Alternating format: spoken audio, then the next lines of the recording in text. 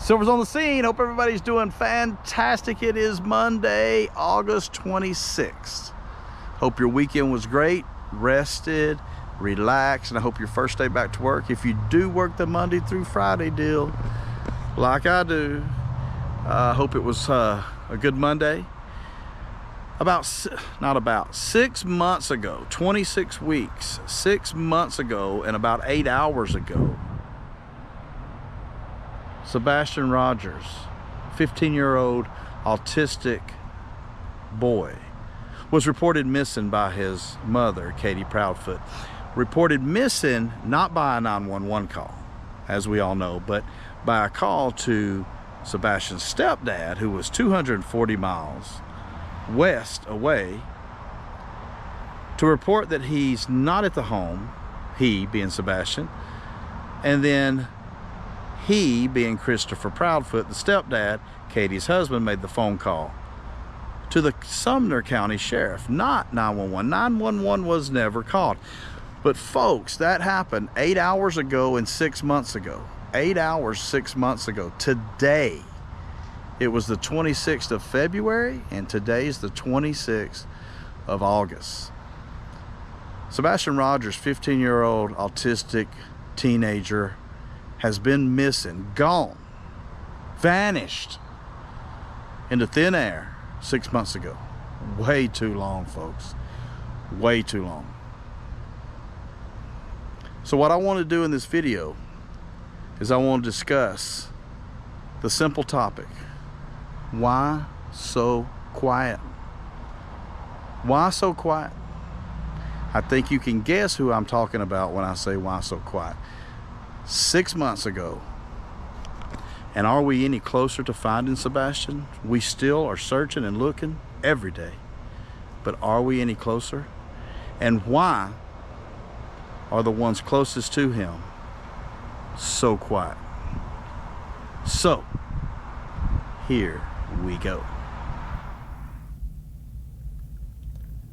Sebastian Wayne Drake Rogers. Here's the flyer. This flyer has been out 6 months, ladies and gentlemen. 6 months. Gone. Gone from his home in Hendersonville, Tennessee. The topic of this video: why so quiet? After 6 months, this is when you do not need silence. This is when silence isn't golden. This is when you need to be loud. You need to be very loud. But there's been quietness throughout this entire 6 months.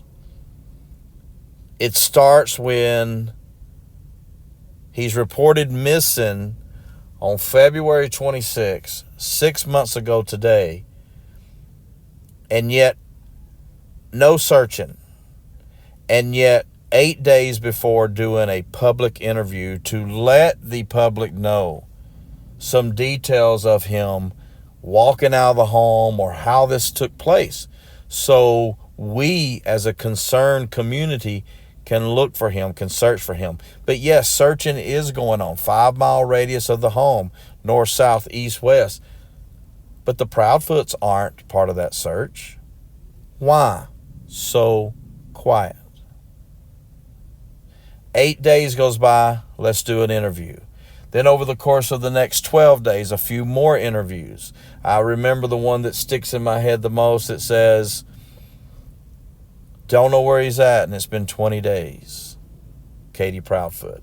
Not long after that interview, bags are packed, and they go west 240 miles to Horn Lake, Mississippi, where the Proudfoot RV is displayed in the front spot at Yogi Bear Jellystone Park, RV Park in Horn Lake, Mississippi, where Christopher Proudfoot says, my job's up in the air, to Nancy Grace, yet comes back 19 minutes later and says, I've got my job back, and this is why Katie's here, to accompany me back to my job, even though her son is missing. My stepson is missing, and we should be home awaiting his return if he did walk out the door, as we suggested to everyone. So you have this period of 8 days to, let's say, a month of some noise going on to different YouTube creators' channels, spewing, allegedly, in my opinion, even though in his own words he's caught. You can check out some of my previous videos. But all of this is allegedly, in my opinion. But at the same time, in his own words, he doesn't say something and then Silver says this is a untruth. He says something 5 minutes into interviews, and then 19 minutes later he contradicts himself. Straight out untruths. So when the noise does come about, it's not adding up, folks. It's not making sense. Sebastian went missing from his bedroom right here. Front door here. No dog scent. Where did he go? Why so quiet? Controversial video. Depending on who you ask, it was a trash truck. I don't see how a trash truck can fit anywhere behind these homes. We've seen the videos where the lights illuminate the grass. A car is here between 3 and 3:30 on the morning Sebastian disappears.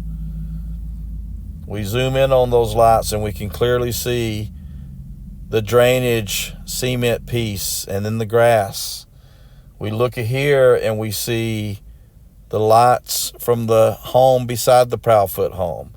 And of course, the moving dots that show lights coming through here, across here, down to a waiting vehicle. Now, absolutely this could be other people at 3:30 in the morning, but it just happens to be the morning Sebastian Rogers disappeared. Katie says in an interview, he says, go back home. So I ran, I drove back home. Allegedly, in Silver's opinion, this was told to Katie twice. Once standing here, go back home. So she did run back home, as we see the flashlight at a higher rate of speed than it was coming out, going back. That, to me, folks, is run back home. And then I ran back home. Then, 3 hours later, when she's driving around the school and supposedly, quotes, looking for Sebastian, after saying with the hand to the neck, the fingers to the neck, the hand to the neck going, but he's already, the universal sign of gone. She says, I ran back home, I drove back home. So what do I believe? That she was told that night, 3 hours earlier, run back to the house, as well as 3 hours later, get back home in your car. The cops are on their way. The police is on its way. Allegedly, in my opinion. And then you have this. This RV, ladies and gentlemen, this RV. So, 6 months ago today, reported missing. It takes CP, Chris Proudfoot, about 4 extra hours to come home. His explanation, he couldn't leave his job. I don't know of a position to where if my stepson was missing, I couldn't leave immediately. And I'll tell you this as bluntly as I can. If I could not leave immediately, that would be the last day I ever worked for that company. I just don't buy it. I never have, and I never will. But then when he's home, and he's home for around 24 hours or 30 hours or the next day, and the son is missing and the mother's distraught, so distraught can't do interviews, he packs his bags and he heads back west 240 miles to where we end up with a 17-hour window that at best case 8 hours would have done the job. the drive over, the drive back, hook up the RV, bring it back. But there's 9 hours missing. And to explain those 9 hours, we get told, I laid down and slept. Doesn't bother me my wife's distraught and her son's missing. I laid down and slept. Once again, allegedly, my opinion, don't buy it. But these are the moments they were speaking. And this lasted, I'm going to say, all the way up to possibly, I'll give it 4 months. Ladies and gentlemen, that's 2 months ago. And for the last couple of months, I have not heard anything from these two. Thus the topic of tonight's video. Why so quiet? You never really heard much from Katie to start with. It was always Chris doing the speaking for her. She may call in with him to a show, to a creator's channel, but he did the majority of speaking, both interrupting and answering the question that was directed towards her. So the quietness on this mother, the biological mother, has been almost virtually day one. So why so quiet when your child is missing? This beautiful 15-year-old boy with a great smile. Here's what's interesting too. As they are quiet, a community starts building itself around Sebastian. People who care, who are intrigued by the mystery. How did he go missing? How did he vanish into thin air? But at the same time, wanting to find out, where is he? Is he safe? Is he with someone who's taking care of him? Is he alive? Is he unalive? Needs to be brought back home to the one person, Seth Rogers, who is being loud, who is saying, hey, where's my son? But with these two, why so quiet? Getting back to this RV and the 17 hours puts you here. Horn Lake, Mississippi. Why is it circled? I think, as most know from Silver's on the Scenes videos and where he's spent the most time with his searching, ladies and gentlemen, I believe this is where Sebastian is located. Here's Yogi Bear. Here's the abandoned home. Woods around it. Nail Road, the warehouse, Horn Lake Creek, the possible cross. With Katie spending time here, 3 weeks into her son being missing, has strongly led me to believe that if you take the 17 hours and Katie's time here, boom.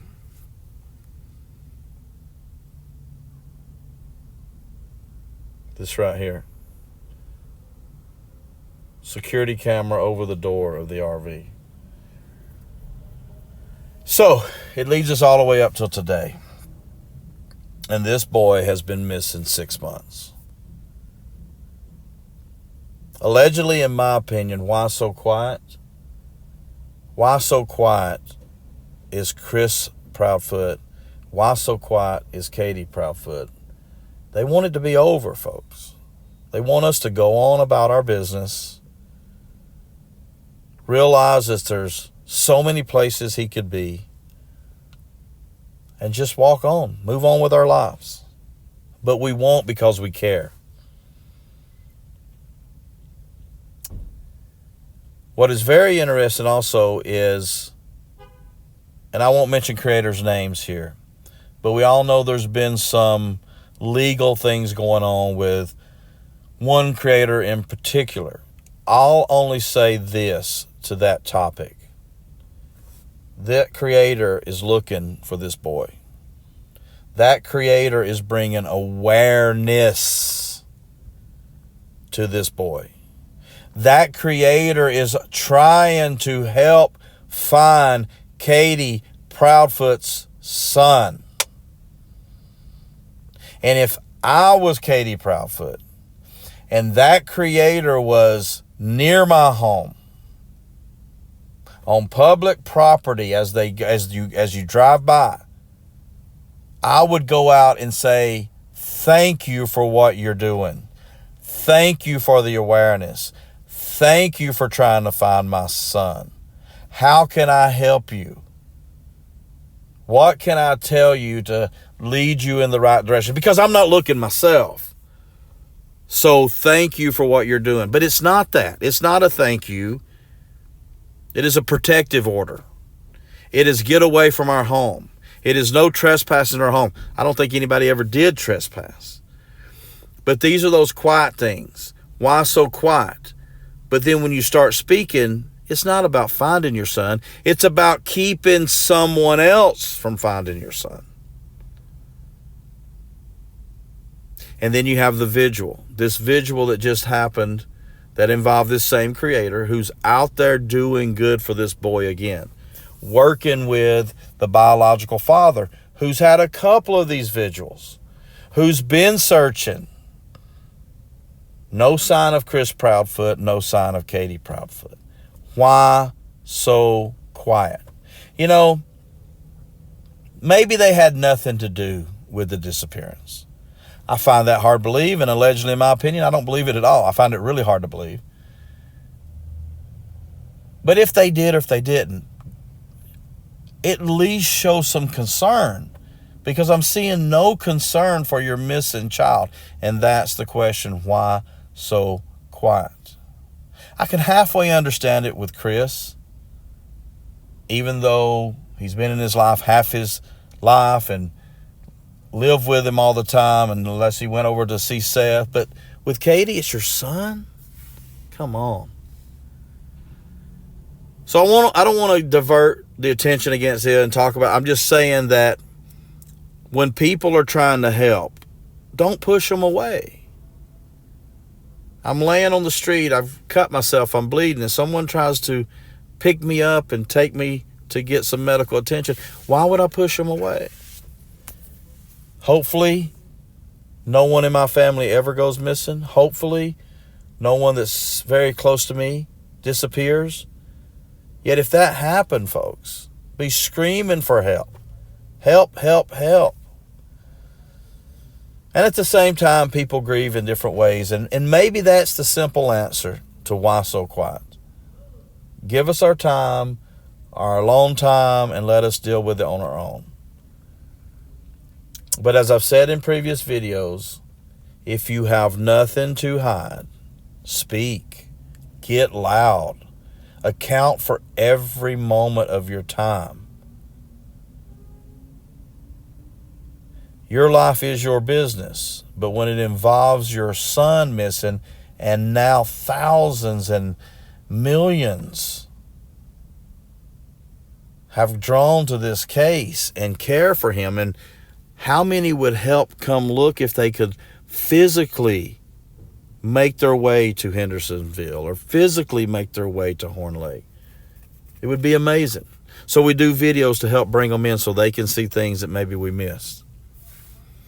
So 6 months today, where are you, Sebastian? We are still looking for you. We haven't stopped looking for you. We will continue looking for you. We won't let any of the distractions come about. We will be loud in your name when others are quiet in your name. So, if you're in Hendersonville or Horn Lake or anywhere you can be in Tennessee or Mississippi or any state, Georgia, and you happen to see the Proudfoots, ask them a simple question. Why so quiet? Why so quiet might be just as important as where is Sebastian. Maybe the reason they're so quiet is because they know exactly where he is. And therefore they stay quiet, so we will never know. Allegedly, in my opinion. So, just wanted to wrap this video up with keeping the awareness alive, finding them and getting justice. I've referenced several other cases of missing children. Kaylee Anthony. I've mentioned Maria Gomez Perez. Maria found alive 57 days. Kaylee found unalive 4 months. Ladies and gentlemen, we are 6 months now. And as I mentioned in the intro, not really much closer than where we were 6 months ago. And I believe the reason for that is the quietness. There's a lot of creators out there. They're doing great work. Anytime his name is mentioned, Sebastian Rogers, 15-year-old autistic child missing for 6 months. Anytime his name is mentioned, that's awareness. And that's what we need to find him. And I do believe we will find him, with or without the help of those that are so quiet.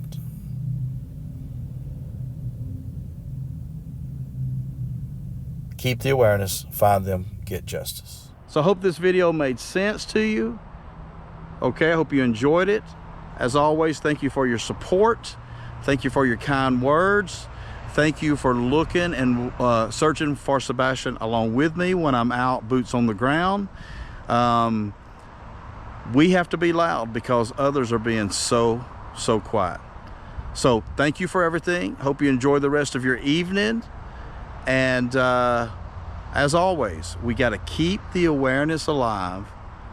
By keeping the awareness alive, we will find them. We will find Sebastian and bring him home. And then, my friends, we can get justice. Get justice for him and serve justice to those who may have harmed him. Everything in this video is alleged, in my opinion, as you all know. Once again, thank you for your support. Have a great evening. And as always, Silver's on the scene. Stay tuned. More to come.